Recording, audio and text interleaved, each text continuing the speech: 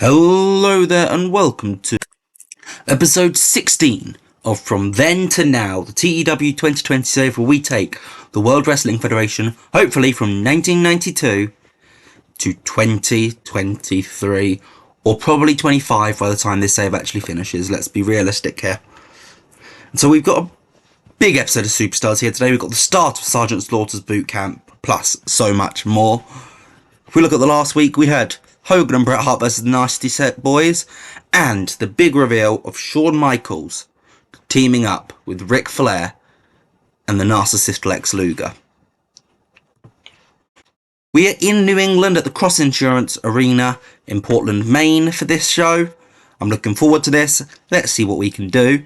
Let's get right into this show, but don't forget to like and subscribe if you enjoy this content and want to see some more. And the show kicks off with a promo from Hulk Hogan.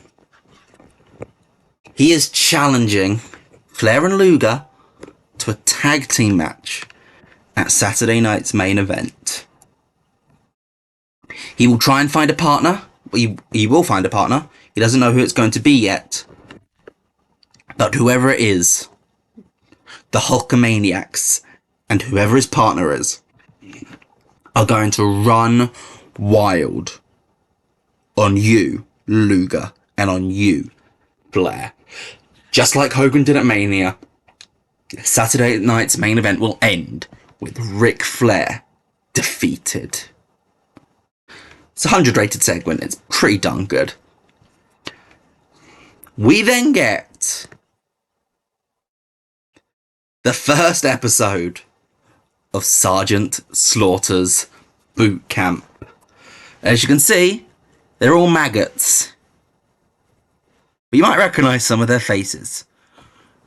This is week 1, so we're introducing our first batch of contestants. There are going to be 8 contestants overall. The final will take place at SummerSlam in the UK, and the winner will get an IC title shot at the following month's Saturday night main event, because I'm hoping putting all of them in loads of 79 rated segments will boost their pop inconsiderably. And our first batch, we've got Ryan Lawler, the son of legendary Memphis wrestler Jerry the King Lawler, Scotty Riggs, Jeff Jarrett, the son of Memphis promoter Jerry Jarrett, and the massive, monstrous Glenn Jacobs. These recruits will be put through their they will be put through trials, and 4 more will be revealed next week. We've got their first trial coming up later in this episode of Superstars. This storyline is booked out week for week, every single week up until SummerSlam, and I am excited for it. This is going to become a yearly thing. It's going to start off as Sgt Slaughters Bootcamp, and it's going to eventually turn into Tough Enough. Never going to turn into NXT though. But who do you think is going to win? Is it going to be one of these 4? Well, you don't know who the other 4 are yet, so we'll find out then. First match of the card. Sees, well, we're building up for SummerSlam at Wembley. Might as well give the Bulldog some more wins on TV. He gets a big victory over Rick Martel in 1355 with a running power slam. It gets a 68 rating. There's no real major finish. There's no real storyline here. It's just Bulldog picking up some wins on TV. The Undertaker and Paul Bearer are in their workshop. Undertaker is finishing off the casket which we saw him making last week for Hulk Hogan. We spot that he has carved Hogan's handlebar moustache under his name, as if you weren't clear enough who it was.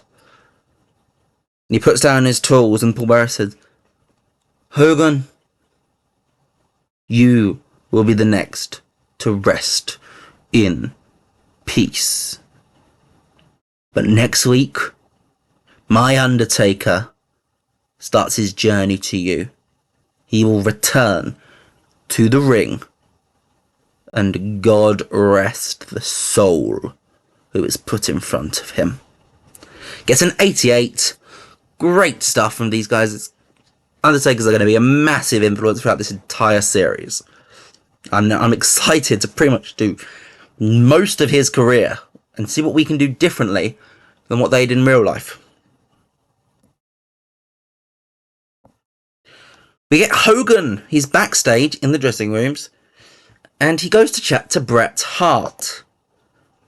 And Hogan asks, "Brother, we teamed up last week and it went pretty well. We were pretty good together. How would you feel about..." And, you know, Hart, Michaels, Luger and Flair, they attacked you as well. "How would you feel about being my tag team partner at Saturday night's main event in 2 weeks' time?" And Bret has to say, "Look, I'm sorry, Hogan. I've already got a match for the Saturday night's main event. I'm defending the Intercontinental Heavyweight Championship against Dr. Death, Steve Williams. And Dr. Death is a serious competitor. I can't be anything but my best if I'm going up against him. I can't afford to wrestle twice in one night. But I'm sure you'll find somebody who'll team with you. I mean, ask my brother-in-law, ask Jim. See if he's got anything which you can do. He might want to team with you." Hogan thinks about it and he says, "You might ask Jim. We'll find out." 8-man tag. As we've got another boost to our tag team division as we head into the new generation era. Hacker and the Barbarian team with the Head Shrinkers debuting here to take on the Smoking Guns and the Beverly Brothers, who are essentially our job team. And it is the Head Shrinkers who pick up the win, pinning Blake Beverly with a Samoan splash. But yes, Fatu and Samu have joined the WWF. Samu gets a 50. Fatu, Rikishi gets a 31. They are going to be playing the Samoan Wildman gimmicks, the Savages, to start off with. Eventually, we will work out, see if we can sort them out, because eventually, obviously, we do want Rikishi. Just not right now. He's not going to be worthy when he's getting 31s. Gets a 51, though, for overall the match, so it's not too bad. And the tag team division, this is probably our mid-card tag team scene, let's say. Looks pretty good at the moment. Randy Savage cuts another one of his somber promos like he did last week. And he's talking about how he doesn't know if he can keep doing this. Last year, he had to retire. He was retired by the Ultimate Warrior. And they reinstated him because they thought he had more to give. But 6 months later, and now Randy Savage doesn't know if he did have more to give. Was there more? Or did everyone just want to believe there was? Sometimes you have to give up the thing you love. Gets a 92 rating. It's a promo, and it's essentially Randy Savage teasing retirement. He hasn't announced his retirement in the game. This is storyline. But it's going to play into one of our big main events throughout this year. We get Ric Flair and Lex Luger. Now, I don't know how many of you have watched 95, 96 WCW Nitro. Probably quite a lot of you. It's the start of the NWO. But at the time, the Flair was doing something I loved, which was having a fancy table set up for them to have champagne out of.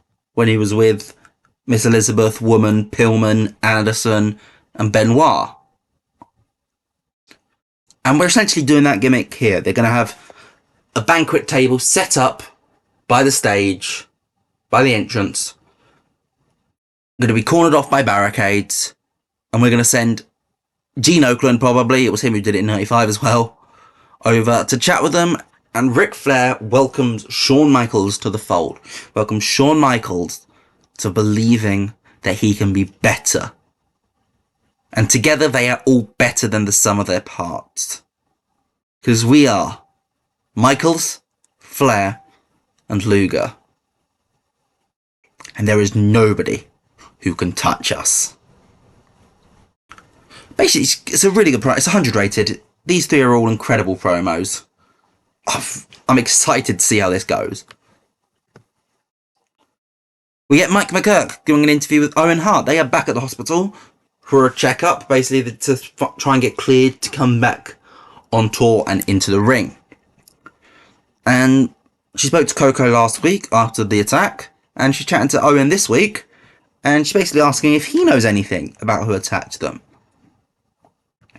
And Owen basically reiterates the same thing Coco said last week. They were talking, I didn't see their faces, they had hoods up. I don't think they had masks on, I could just see their face, but I couldn't make it out, it was dark under there. They had like dark hoods covering it up. Couldn't see their face properly. They definitely weren't masked though. And like they were chatting, but I just couldn't make out what they were saying. It's like they were talking a different language or something. And Mike McGurk just basically surprised, see if there's anything. Was there anyone you think would want to attack you?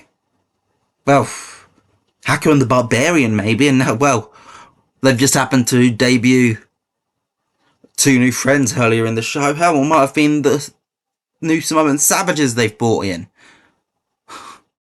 Well, we don't know. I don't know, they might have a reason. We beat them.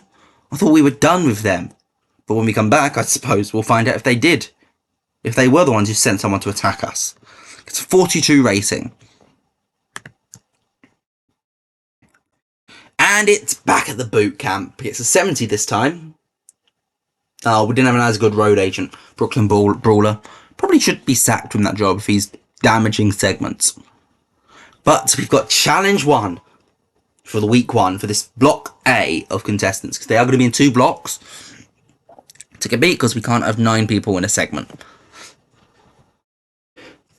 And we have an obstacle course. Which genuinely is just a race with obstacles. You've got it's an army style obstacle course. You've got the netting, you've got the tires, you've got the rope swings, you've got the monkey bars. It's the sort of things you'd expect to see in the army training videos. It's Sgt Slaughter who's running this boot camp after all. And they do run the race. The first person to finish is Brian Lawler. He's the cruiserweight. His speed is his biggest advantage. Scotty Riggs comes in second. Jeff Jarrett comes in third, and the massive Glenn Jacobs. Oh, he's not as fast as the others. He's fast, not as fast as the others though. So that's 4 points to Lawler, 3 points to Riggs, 2 points to Jarrett, and just 1 point to Jacobs. He's already falling behind. Let's hope he can pull it back in the next challenge.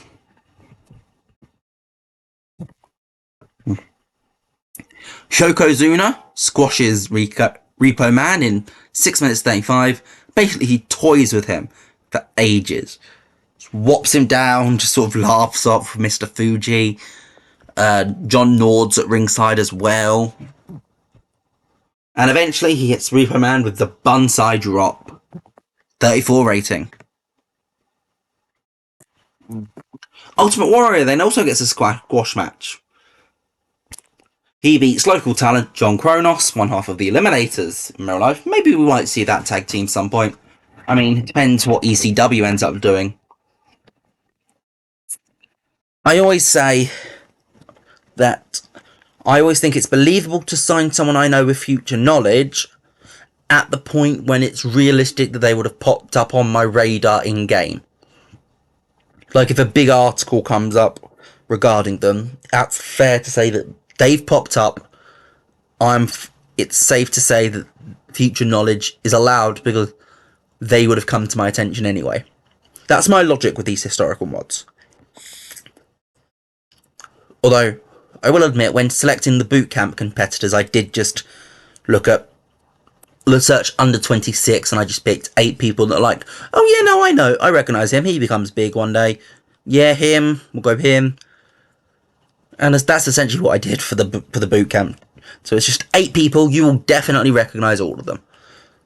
They are all future stars. Because, hey, we want our developmental to look like it's doing something good. 49 rating, though. Great stuff. We then get Miracle Violence Connection. This is earlier in the day. They have requested to management, to Jack Tunney, 2 tag team title matches. They want to defend their titles this week and next week against both of their WrestleMania opponents, the Nasty Boys and Natural Disasters. It's basically them setting up their next 2 weeks of storytelling so that we can keep Bret sort of in the main event feud a little bit more than while still having these guys featured on TV. And their match gets a 68. It's a weak ending to the show. I wanted to try and give the tag team division the main event. We've done it a couple of times with when Bret and Jim won it. And I think when the Miracle Violence Connection won it, they were both in the main events of the show. But so, their defense, we decided to put here against a more mid-card, not main event team than the Hart Foundation. It gets a 68. It's a little disappointing. What do we get overall, though? It's an 81. It's one of the worst shows we've had in a while, according to the game. I don't agree. I think that was a pretty good show. We continued the build for our big storylines quite well. I think we introduced something big with the Bootcamp, which is, I think, going to be a lot of fun. And I don't think the matches were terrible. Like, there wasn't really a marquee match, which we've had on most Superstars. But with Saturday night main events now, is it as realistic to have all the marquee matches on Superstars? But what's more important is what you think of the show. So let me know in the comments down below, and I'll see you guys next time. Goodbye!